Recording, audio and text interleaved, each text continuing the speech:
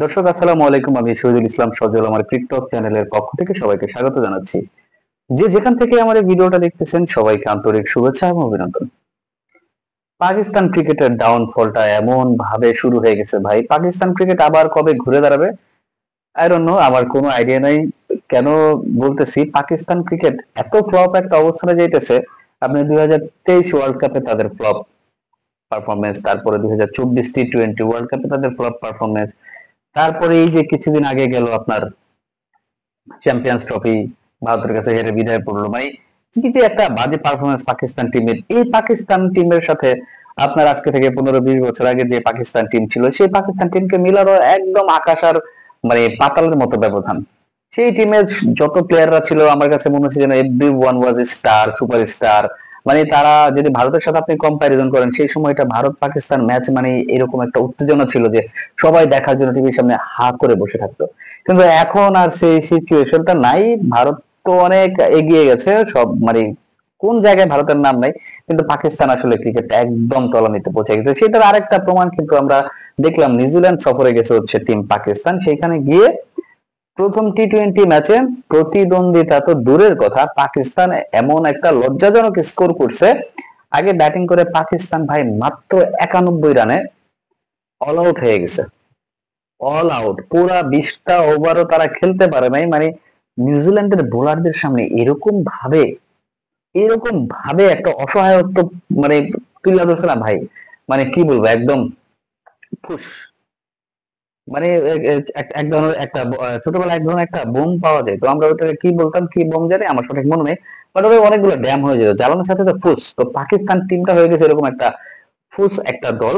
বাংলাদেশের সাথে বর্তমানে আমার কাছে মনে হয় পাকিস্তানের খুব বাজে অবস্থা। পাকিস্তানের সাথে চ্যাম্পিয়ন্স ট্রফিতে বাংলাদেশের একটা ম্যাচ ছিল, দুই টিমের মধ্যে ম্যাচটা হইলে বোঝা যেত যে আসলে কারা কি ধরনের পারফরমেন্স করতে পারে। কারণ আপনি যদি চিন্তা করেন, আমি কেন বলবো না পাকিস্তান টিমের অবস্থা বর্তমানে বাংলাদেশের চাইতেও খারাপ, বিকজ আমরা কিন্তু নিউজিল্যান্ড সফরে গিয়া টি-20 ম্যাচ খেলছি নিউজিল্যান্ডের মাঠে। সেখানে কিন্তু আমরা নিউজিল্যান্ডকে একটা ম্যাচে হারাইছি। এরকম বাজে ভাবেও আমরা কিন্তু আউট হই নাই, নিউজিল্যান্ডের এগেইনস্টে একদম চোখে চোখ রেখে আমরা লড়াই করছি। কিন্তু পাকিস্তান মাত্র 91 রান অল আউট।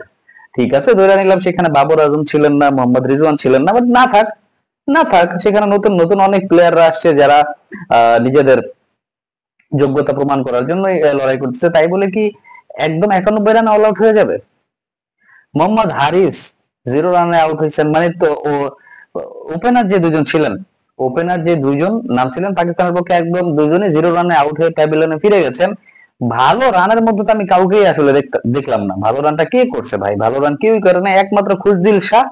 উনি 30 বলে 32 রানের একটা ইনিংস খেলছেন। শাদাব খানও ছিলেন সেই দলে, সালমান আলী আগা ছিলেন, 18 রান করছেন।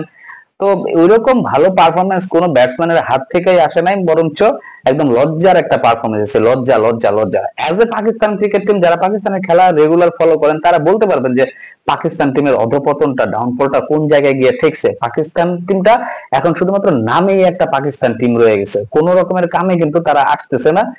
আর শুধু শুধু মানে আমার কাছে মনে হয় ভারতের সাথে যদি রাইভালরি না থাকতো, মানে ভারত পাকিস্তান নাম জুড়ে যে একটা ক্লাস সৃষ্টি করার একটা প্ররোচনা করে যে আইসিসি, ভারত পাকিস্তানের যে বিগ ম্যাচ এটা সেটা, সেই জিনিসটা না আর নাই। ভবিষ্যতে এই জিনিসটা আর থাকবে না। নামের কারণে পাকিস্তান টিমটা আসলে এখন চলে যেতেছে না, আর কোনো কিছু দেখি না আমি পাকিস্তানের মধ্যে। তো যাই হোক, গেল এই কথা। আর নিউজিল্যান্ড সেই 91 রান চেস করছে মাত্র 10 ওভার 1 বলে, উইকেট গেছে মাত্র একটা। টিম সেফার্ড 29 বলে 44, তারপরে আপনার ফিন অ্যালেন 29 রান, তারপরে রবিনসন করেছিল 15 বলে 18। এই যে ব্যাপারটা, একদম বাচ্চা পোলাপনের মতো অল আউট হয়ে গেছে পাকিস্তান। তাদের ক্রিকেটটাকে নিয়ে অনেক বেশি ভাবার সময় এখন হয়তো বা আসছে, কারণ সামনেই তো 2026 আবার নতুন করে আরেকটা ওয়ার্ল্ড কাপ আসতে যেতেছে, টি-20 ওয়ার্ল্ড কাপ। সেই টি-20 ওয়ার্ল্ড কাপটা কোথায় হবে সেটা নিয়ে পরে আরেকটা ভিডিওতে আলোচনা করব। বাট আপাতত আসলে পাকিস্তান টিমকে নিয়ে কোন রকমের হোপ যে করব সেটা বলার মতো আশ্বাস রাখে না যারা পাকিস্তান টিমে সাপোর্ট করেন। যারা মানে কোনো দিকেই পাকিস্তান টিমটা এখন ভালো করতেছে না, কেমনে করবে সেটা পাকিস্তানের টিম ম্যানেজমেন্টের ব্যাপার। তো দর্শক, আপনারা যারা পাকিস্তানের সাপোর্টার আছেন আপনাদের অনেক বেশি খারাপ লাগতেই পারে, খারাপ লাগাটাই স্বাভাবিক। কারণ পাকিস্তানের মতো একটা দল ডে বাই ডে এইভাবে ডাউনফল হয়ে যাচ্ছে, ভেরি ডিসঅ্যাপয়েন্টিং আসলে। তো দর্শক, আপনাদের কি মনে হয় পাকিস্তানের এই যে একটা সিচুয়েশন, 5 ম্যাচে টি-20 সিরিজ খেলতে গেছে নিউজিল্যান্ডের এগেইনস্টে, নিউজিল্যান্ডের মাটিতে। এই 5 ম্যাচ কি আসলে 5-0 হোয়াইট ওয়াশে ফিরবে কিনা, সেটা অবশ্যই কমেন্টস করে জানাই দিবেন। সবাই ভালো থাকবেন, সুস্থ থাকবেন। আসসালামু আলাইকুম।